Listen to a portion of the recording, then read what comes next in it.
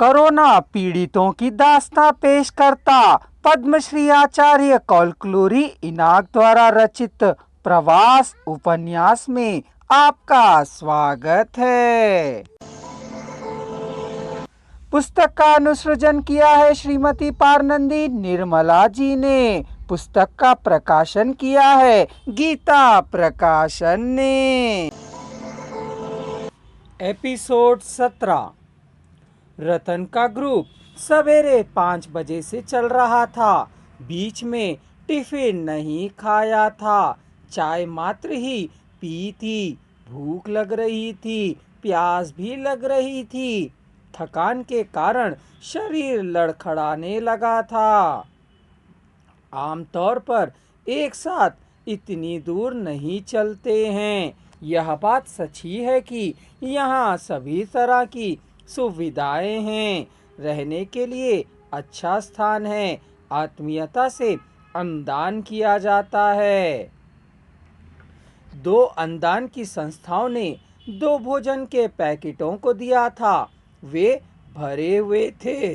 उन्हें देखते ही पेट भर गया था। युवकों ने ठंडे पानी के 2 बोतलों को हर एक को दिया। उनका स्पर्श करते ही प्यास बुझती सी महसूस हुई। सड़क के दोनों ओर इन संस्थाओं द्वारा बनवाए गए बस शेल्टर्स भी हैं। चारों ओर सघन वृक्ष थे। सड़क के किनारे टाट के कमरे नुमा स्नानघर और पैखाने भी बनवाए गए थे।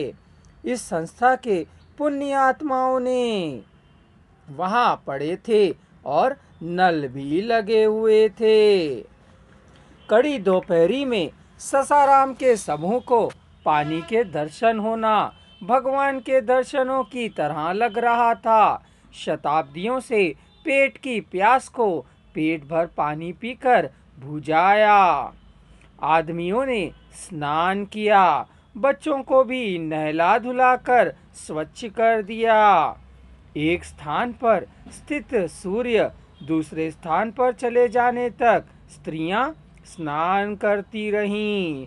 भूख की बात वे भूल ही गए थे। परिसरों को भी भूल गए थे। वे इतने थक गए थे कि वहीं सो जाने का उनका मन कर रहा था। भूख और नींद में स्पर्धा होने लगी थी। भूख के कारण बिलबिलाते बच्चों को आदमियों ने ही खाना खिलवाया था।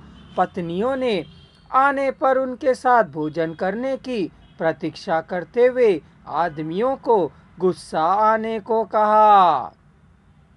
वे देख औरतों ने अपनी जल क्रीड़ाएं समाप्त कर बाहर चली आईं। नहीं तो सवेरा होने तक वे नहाती ही धोती रहती। डांट लगाने वाले आदेश देने वाले पति के ना होने के कारण सारा पानी खर्च हो जाने तक, सारा साबुन घिस जाने तक, गोरी चमड़ी लाल हो जाने तक रमा ने स्नान किया था। जब वह स्नान आदि से निपट कर आई तो देखा कि आदमी औरत मिलजुल कर हंसते हंसते हुए खाना खा रहे थे। पता नहीं राम ने खाया कि नहीं, खाया ही होगा। जयेश के ऊपर हाथ डाले बस शेल्टर में वह सो रहा था। किशोर पेड़ के मूल पर सिर रखकर खर्राटे मारते हुए सो रहा था। रमा अपने पैकेट को खोलकर जल्दी खाने लगी थी। वह ना तो किसी को देख रही थी और ना ही कुछ सोच रही थी। उसको उस प्रकार जल्दी खाते देख यह क्या राक्षसों की तरह खा रही हो, कह कोई कहेगा। कह भी उसे डर नहीं था। जब तक आहार दीक्षा हुई नहीं तब तक उसने झुकाए हुए सिर को उठाया तक नहीं।